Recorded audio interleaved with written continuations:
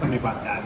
Well, how much does that help you, or does not help you? Well, the guys, we stopped there last year on the way to the Cypress Point tournament. Okay. There's a chance that you could be at this regional. You didn't know. So whenever I was thinking ahead, whenever you had the opportunity to play a golf course, you can go play it. The greens were aerified last fall, so they didn't get a chance to see the speed of the greens, but the course layout, and I think that's, anytime in golf you can see a golf course before you go play it, it gives you a chance to visualize and go through it in your mind a little bit more and kind of practice towards its strengths or its weaknesses, what you have, whatever it may be. I think that's a positive, but Bob, you still got to go up and hit the shots. You still got to handle the expectations. You got to handle yourself. Okay. And I think that's been a big part this year is we haven't handled ourselves as consistently as we need to. What's that look like? What's that mean when you talk about that? Handling, our confidence over a certain shot, staying in the present, handling things we can control a lot. The golf course is the golf course, but you can play a golf course once and see it, or you can not play it. But if you show up there insecure, uncertain of things, not in the correct equilibrium where you're at mentally and emotionally, playing it once can be all for naught. Isn't it funny? Think back to when you started here. You would have loved to, be in the hunt for the Big Ten title. Now we're talking about you being disappointed because you didn't win the Big Ten this year after. It's kind of crazy, isn't it? If you think about the big picture. That's been the big theme this week. Okay. Is that, in my mind at least? Right. Is that, you win the thing 13 out of 14 years, now 13 out of 15, right, and you finish second the other two. Yeah. So in a major Power 5, Power 2 maybe conference where all the teams have the facilities, they have all the interest, you're on an equal playing field, and to do that over those many years should feel good, and it does. But then when you finish second, the expectations that have been levied by yourself and by people around you is like it's a letdown. Right. And I'm not sure that's fair to the kids because they're trying to figure this thing out, but maybe we've overdone it and we've over persevered so much in the past that that maybe we've defied that. Like I said earlier, we've defied the odds the last 15 years. So don't look at this as a downer. You should, if you're a competitor, you want to win.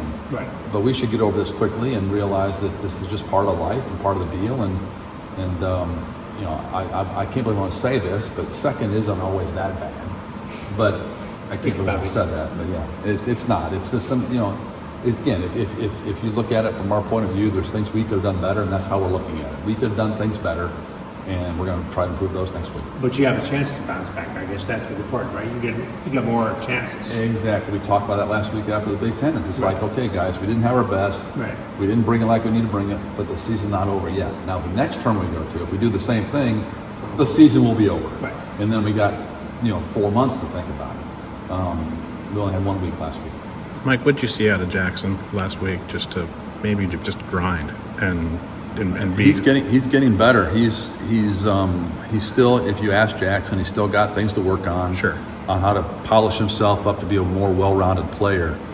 But he had instances last week where he hit some shots out of play and made some bad shots, but they didn't snowball into bad rounds or bad stretches of holes. He got over them pretty quickly, and then he had a chance to win. On that golf course with us last week it was very hard, very difficult, a lot of things out of your control with the conditions and the course setup and the pins, and it was just a very difficult test. So for him to be in the end of that thing and have a chance to win with 3 holes to go, really 1 hole to go, he had a chance to win, shows he's getting better. And if you look at his career, he's been winning events, but they get a little better, a little bigger and bigger and bigger. And I think last year's NCAA, when he just played to his potential with no expectation, and got out of his own way and finished second in the country, that showed his potential. Now to back that up every week is hard to do, and the ebbs and flows, and gets good, gets a little better. We always talk about you want to go up 2 and then back 1, and then go up 2 and then have the courage to change things and to really reflect. And then sometimes you dip down 1 to go back up 2. It's those players that go up 2 and down 2 and up 2 and down 2 for 4 years are the ones that frustrate everybody.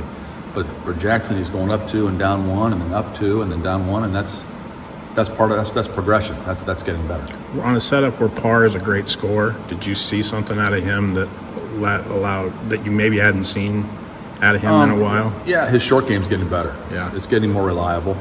He's starting to understand that you have to approach a short game mentally and emotionally different than you do the full game, the full swing. It comes down to a lot more just inner competitiveness and the refusal to lose and the refusal to give up. It's just, a short game doesn't take a lot of strength, a lot of speed. It takes a lot of just confidence and toughness and competitiveness and just grit.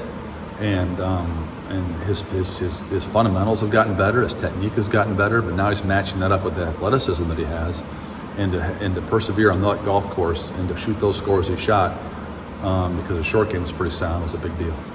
Mike Jackson's spot here at this program, it's a big deal to be in the role he's in for this team. Like, how have you seen him step into that and embrace that and kind of everything that comes with that? I think he's getting better at it. Jackson's hard on himself in a lot of ways, but it's hard. He has that responsibility, but some players really embrace it and really want to have it, and other players have it by not trying to have it, just staying in their own lane. And we're still trying to figure out how he's going to play his best. There have been guys that come to mind, Charlie Danielson or Scott Langley, who would take all the leadership on them back and they'd play, and then they would inspire people by their actions and their words. And then you have guys like Adrian last year is a top player in the country, but just kind of went about his business and spoke when he needed to speak, but he just took care of his own job and led that way. I think Jackson's still trying to figure out how he's going to do this, because he's still a relatively young player. He's come a long way since his freshman year. He wasn't a big-time recruit or had a big, long resume of success, but is starting to build now. So he needs to figure out how to use his experiences and use his time here to not only help the team, but to help him continue to get better. Because when some people, when they understand the role in a team and the added responsibility they have, and they match that with getting better, they become better players. It makes them a better pro, it makes them a better player. So I think he's still in that process. Anything else for Coach?